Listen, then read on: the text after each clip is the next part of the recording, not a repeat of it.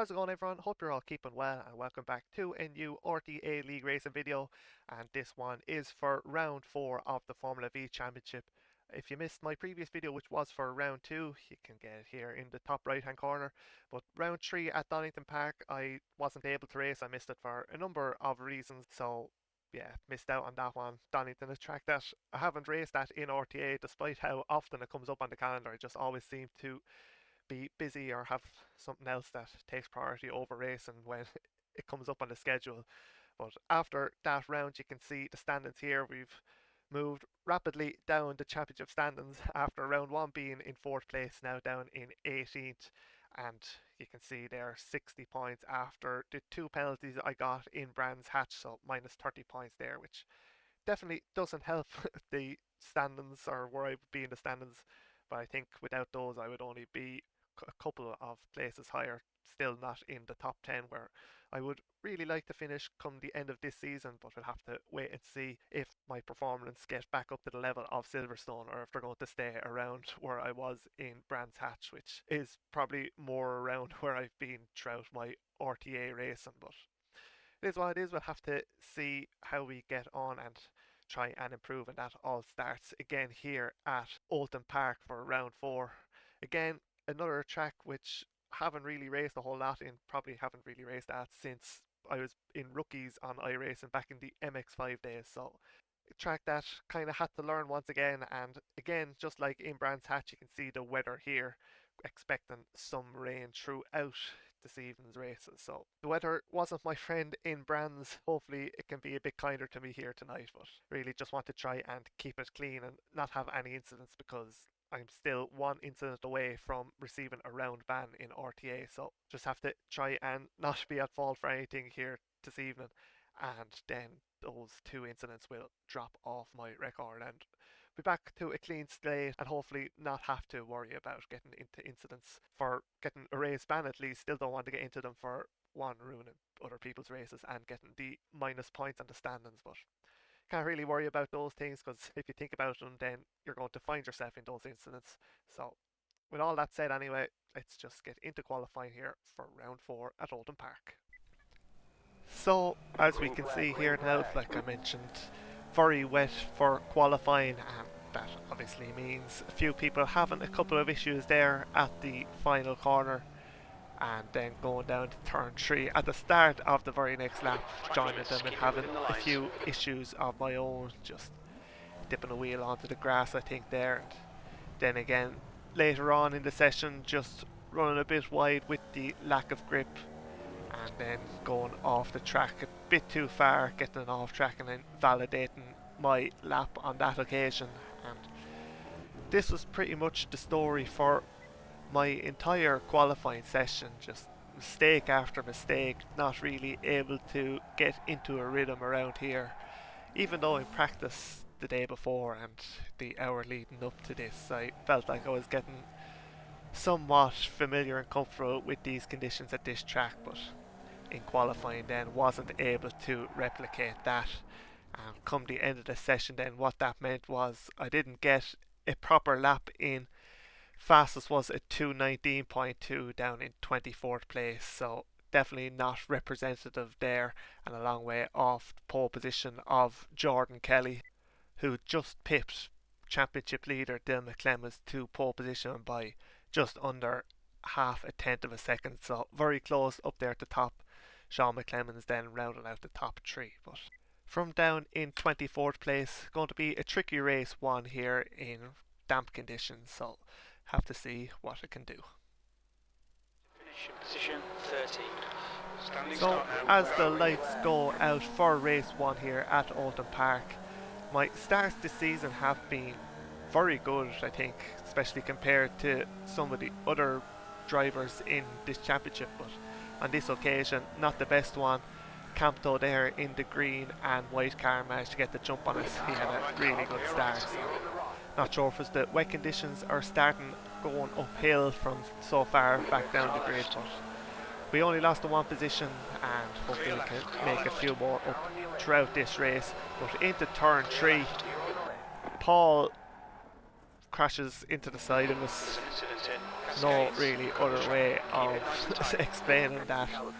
Luckily, don't have any damage to the car, but if you look at our replay here on board with Paul, you can see down the inside, and he just understeers into the side of me.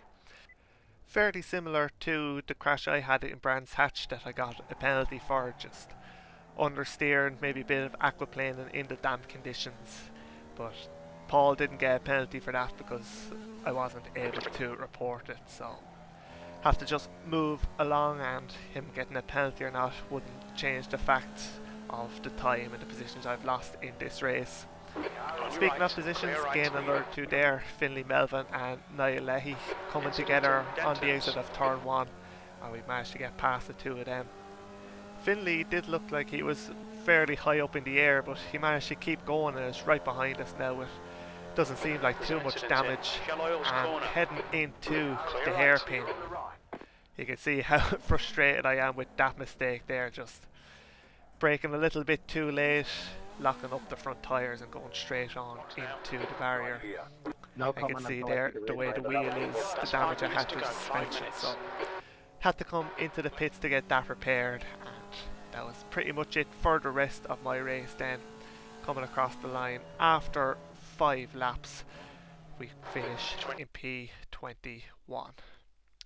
So Dylan McClemens made up for not getting pole position, finishing on the top step of the podium ahead of second place in the championship, Conor Melia, and then pole position Jordan Kelly dropping down into third place. For myself, did gain a couple of places from where I started, so have a bit of a better starting spot for the second race here tonight. So from the left hand side of the grid this time, hoping to get a better start than I did in race 1. You can see up ahead, jump start there by somebody, and the lights go green, and I do get a much better start this time. Pulling alongside with, I think it is Adam McCauley, heading into turn 1. You can see it stopped raining, but still a lot of spray and water on the track, so still very slippery there. Somebody going off, that was Dylan McClemens from pole position actually, he's gone off the track in turn 1, so we get past him, and Adam was able to hold that position down the inside of the first corner, so we'll have to try again to get past him. Another 2 cars off the track on the right hand side, and up ahead Travis was off the track, comes back on pretty dangerously, I have to say. Luckily we managed to avoid him. Brandon McCaughan going straight around the outside of myself and Ross Wheatley. Ross going fairly slowly there through the left-hander, but through the hairpin I was going a bit too slow for Sylvie Bartlett's liking, and as I was still waiting to get on the throttle, Sylvie hits into the back of me there and sends me around for a spin. You've got wheel damage. We got damage on the front end. This time have a lot of damage to the car, but looking at a replay on board here with Sylvie, you can see there, just taps the back of me, sends me around, and then behind Finlay Melvin gets sent up into the air, which is a bit ironic given he is in the Ryanair livery car.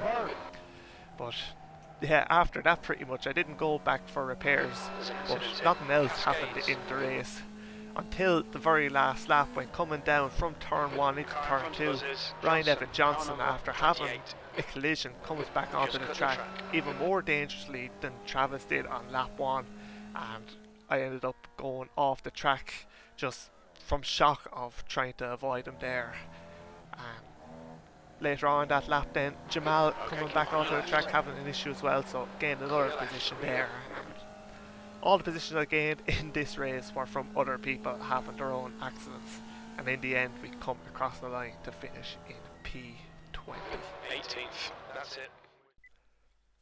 It was actually P17 in the end. I forgot about the relative not updating in real time with the positions, so up 4 places from where I started, and considering how lap 1 went, can't be too disappointed with that.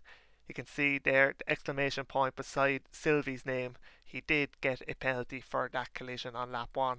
Again, I wasn't able to report it, but Finlay did report it since he was caught up in that as well, and Sylvie got the penalty.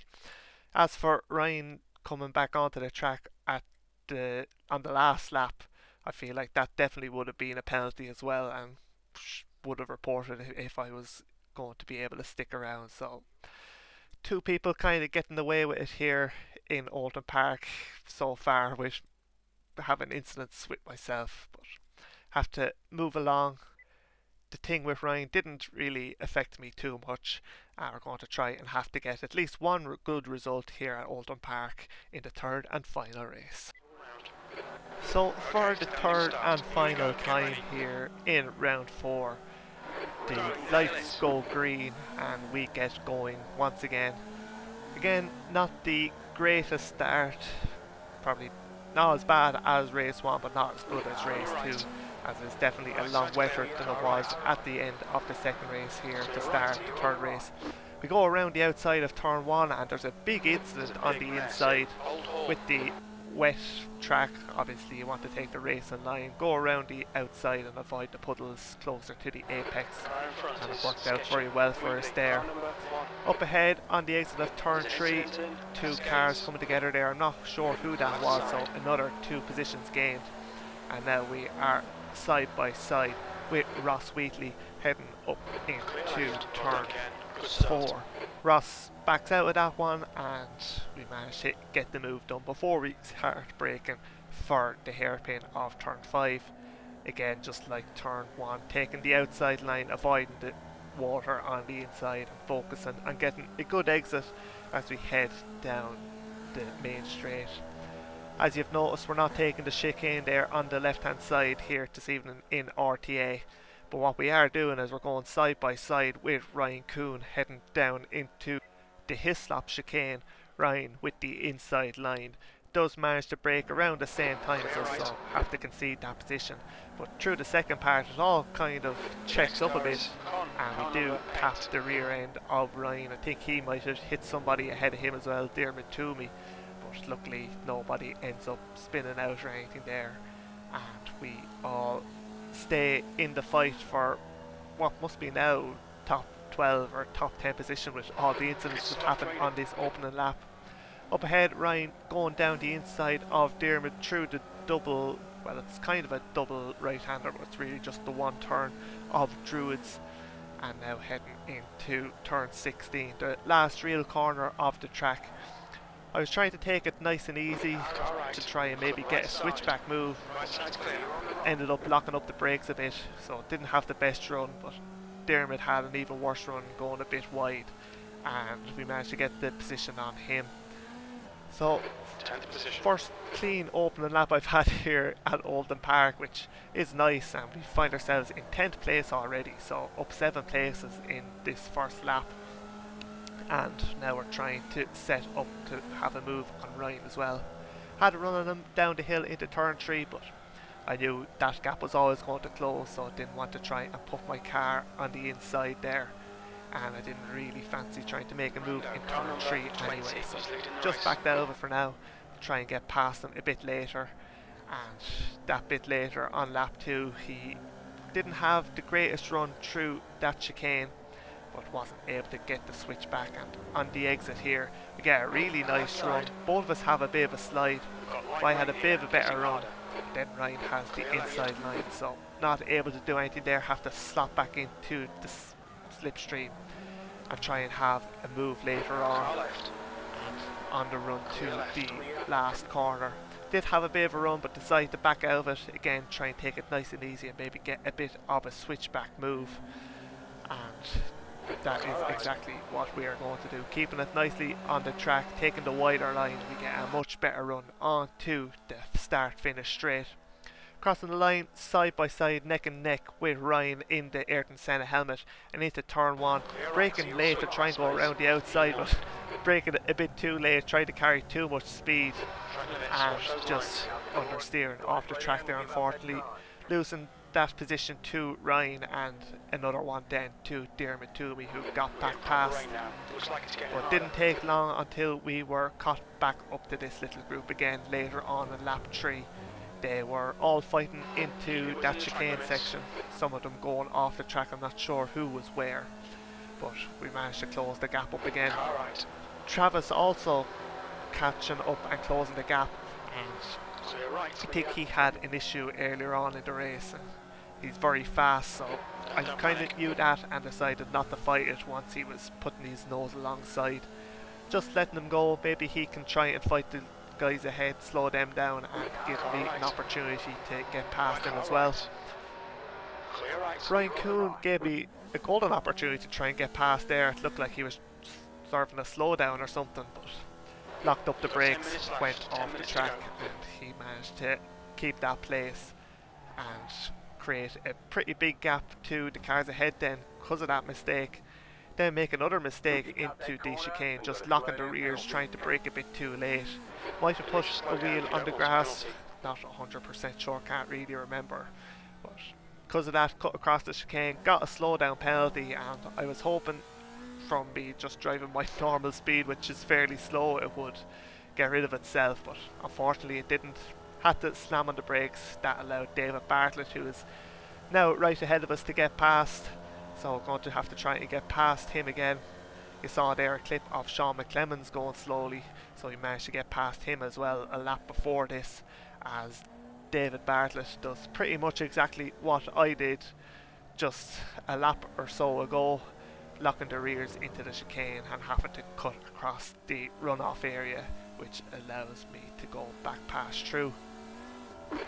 Conor Melia there, I think he had some sort of an issue as well, going slowly, and we just about managed to get past him there on the inside. We were going for that gap, and then it looked like he decided to move over into that space while I was already committed, so luckily no contact made there. He didn't lose too much time though, and into the hairpin and on the exit he was challenging me, and with the outside line carrying a lot more speed, I managed to get that move done once again. And I knew Conor was faster than me, so as you can see here, pulling out of the slipstream kind of showed that I'm not going to go for a move, that I'm happy enough to settle in behind for the time being.